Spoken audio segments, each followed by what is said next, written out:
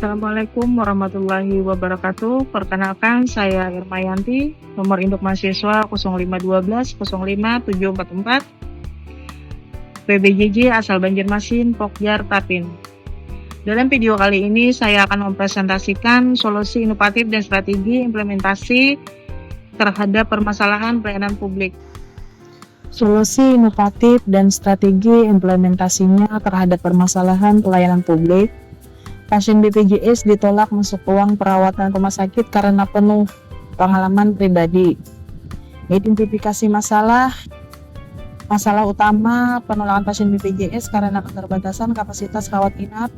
Kasus nyata, pasien BPJS ditolak di rumah sakit rujukan.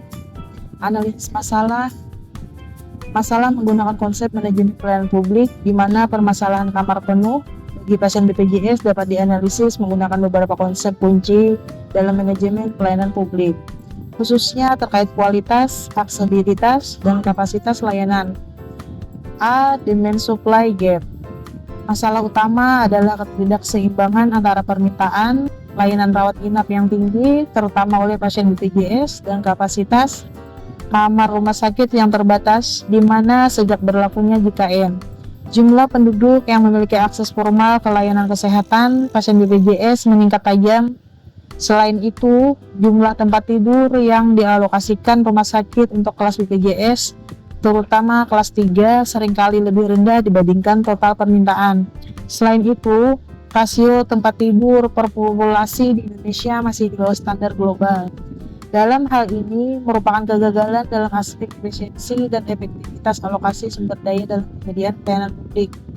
Rumah sakit sebagai penyedia layanan belum mampu memenuhi volume permintaan yang dijamin oleh pemerintah atau BPJS. Konsep B. Konsep aksesibilitas dan equity. Meskipun pasien BPJS memiliki hak akses yang sama, penolakan kamar penuh secara efektif mengurangi aksesibilitas mereka, terutama untuk kelas perawatan yang rendah. Seringkali kamar kosong tersedia di kelas yang lebih tinggi atau VIP. Tapi pasien BPJS ditolak masuk karena mereka tidak bersedia atau tidak mampu membayar biaya upgrade. Dalam hal ini, melanggar prinsip kesetaraan dalam pelayanan publik. Walaupun BPJS menjamin semua warga, implementasi di lapangan menunjukkan diskriminasi atau prioritas kepada pasien non-BPJS atau pasien yang mampu membayar lebih, yang merupakan bentuk kegagalan birokrasi dalam menjalankan mandat keadilan sosial. C. Konsep kualitas pelayanan, standar pelayanan minimal atau SPM. Penyediaan kamar penuh secara terus-menerus menunjukkan bahwa rumah sakit gagal memenuhi standar pelayanan minimal, yang mensyaratkan pasien gawat darurat harus dilayani dalam waktu yang wajar. Penolakan kamar perawatan dapat dikategorikan sebagai penurunan mutu, kualitas pelayanan karena kebutuhan dasar pasien, tempat istirahat atau rawat tidak terpenuhi. Dalam hal ini, rumah sakit gagal menerapkan dimensi kualitas pelayanan, khususnya ketersediaan fasilitas, tank bus, dan ketanggapan terhadap kebutuhan pasien. Solusi kemitraan strategis.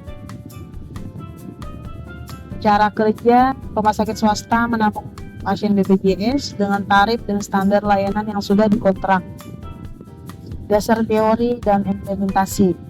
Teori pendukung, kolaboratif governance, kerjasama lintas organisasi atau utama. B.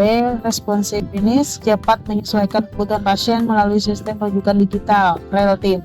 Strategi, perumusan regulasi dan integrasi sistem digital untuk real time monitoring ketersediaan kamar. Dampak positif solusi, meningkatkan akses dan equity, pasien dijamin dapat kamar tanpa diskriminasi. Optimasi sumber daya tanpa perlu bangun rumah sakit baru. Kesimpulan, pada akhirnya solusi kemitraan strategis BPJS dan rumah sakit swasta ini bukan hanya tentang menambah tempat tidur. Ini adalah upaya nyata untuk mewujudkan prinsip dasar manajemen pelayanan publik, yaitu keadilan dan responsivitas. Ketika setiap peserta JKN dari kelas manapun dijamin mendapatkan perawatan rawat inap yang layak tanpa diskriminasi atau penundaan. Saat itulah program JKN benar-benar menjalankan mandatnya.